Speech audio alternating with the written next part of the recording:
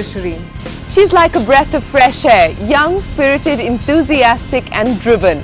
The founder CEO of Kinis Software Solutions, a specialized e-learnings company, Anisha Singh is hoping her double masters in political communications and information systems management comes in handy in taking her to the top.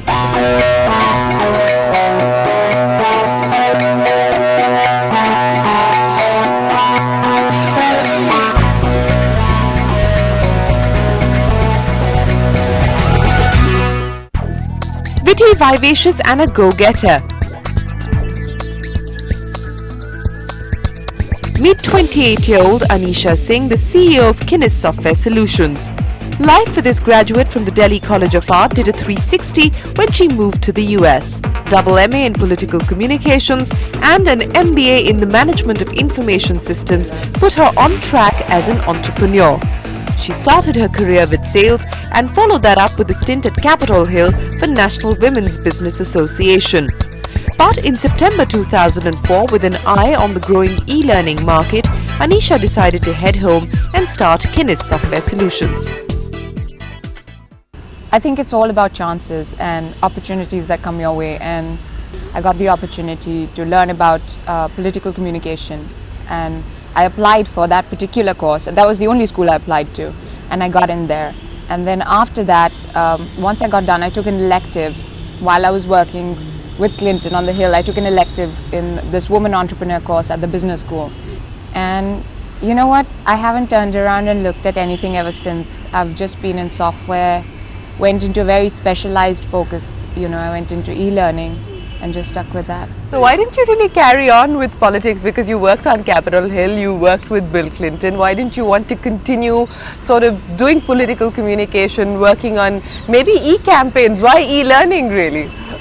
Someday I'll find a way to merge the two. Software moves a lot faster, and I think at the point that I'm at, I like that pace that the world moves so fast. You're always doing so much more in software.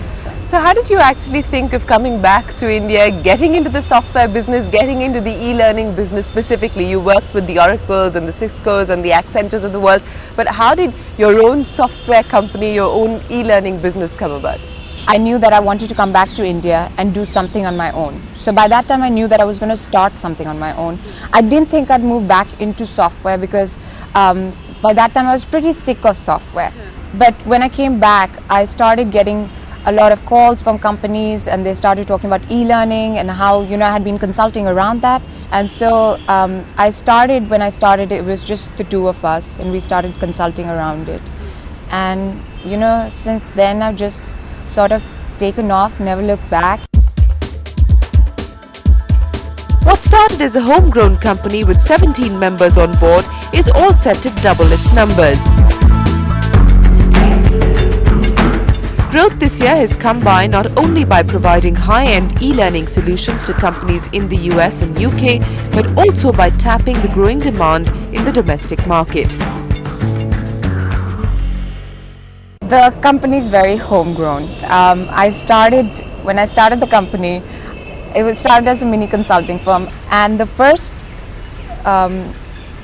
assignment that we got was from actually a partner company that I used to work with in the US. And then the second assignment that we got was a really big project that we did, which was taking an entire book and moving it online. And for that, it was suddenly we seemed like a company overnight, because we started recruiting people, and we went from a 2-person team to being 15 just overnight.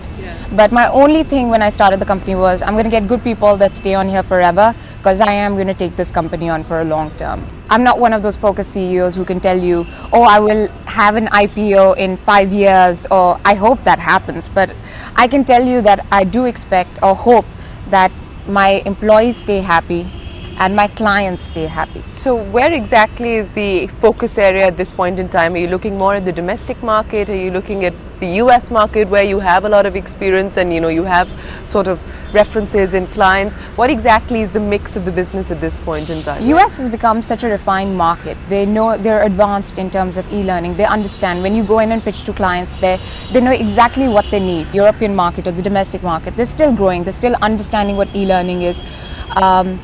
So the perfect balance would be to have clients in the US, but I definitely want to try and grow the domestic market, which is what we're actively doing now. The next big leap will be climbing the value chain.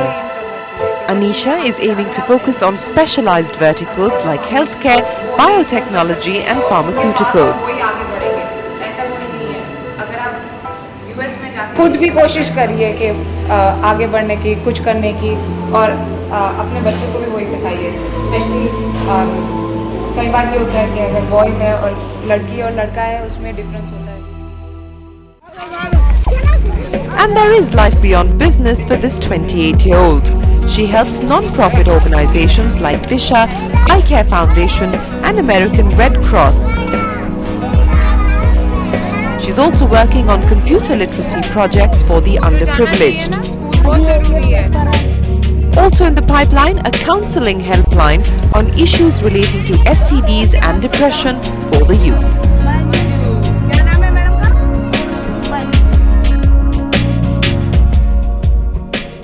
Right now we're doing e-learning in general, but there's a lot that we can offer to a lot of different sectors, which is healthcare or biotechnology or pharmaceutical. And I want to take this company into very specific verticals, which is we either go into pharma and e-learning, which is a it's a very specialized field, but it's a field that has room for a lot of growth if people actually look at it. So I want to take it into a very specialized vertical. Once I think that we're big enough to do that and we have the expertise to do that. I'm hoping to double in this year, where we are. And I think the market going the way it is, we can definitely do that. E-learning is growing really fast. Even though it's a small industry, it's going at the rate of 25%. There's a lot of work that's being shifted to India from different places. Within India, within the domestic market, there's suddenly a realization, even within the government, that they've got to do more around e-learning and taking schools and K through 12 and universities, taking them online. While getting in more clients is her top priority, Anisha is also open to private equity funding to help with her expansion plans. While it may seem like all work, Anisha does manage to juggle her schedule to include what she loves: water sports, yoga and hiking. A full life, that's this young Turk's mantra.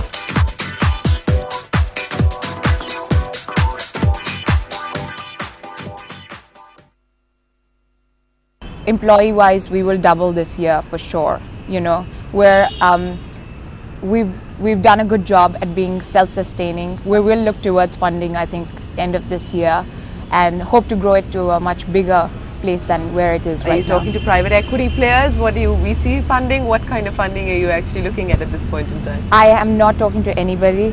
I'm weighing Are out. people talking to you? I've had people come talk to me. I'm weighing out options right now. I want to be a little smarter about this than I was about my career path, which is sort of just jump everywhere through. At this point in time, if you could change anything about the way that you function at work or the way that you have been sort of leading your life, what would it be?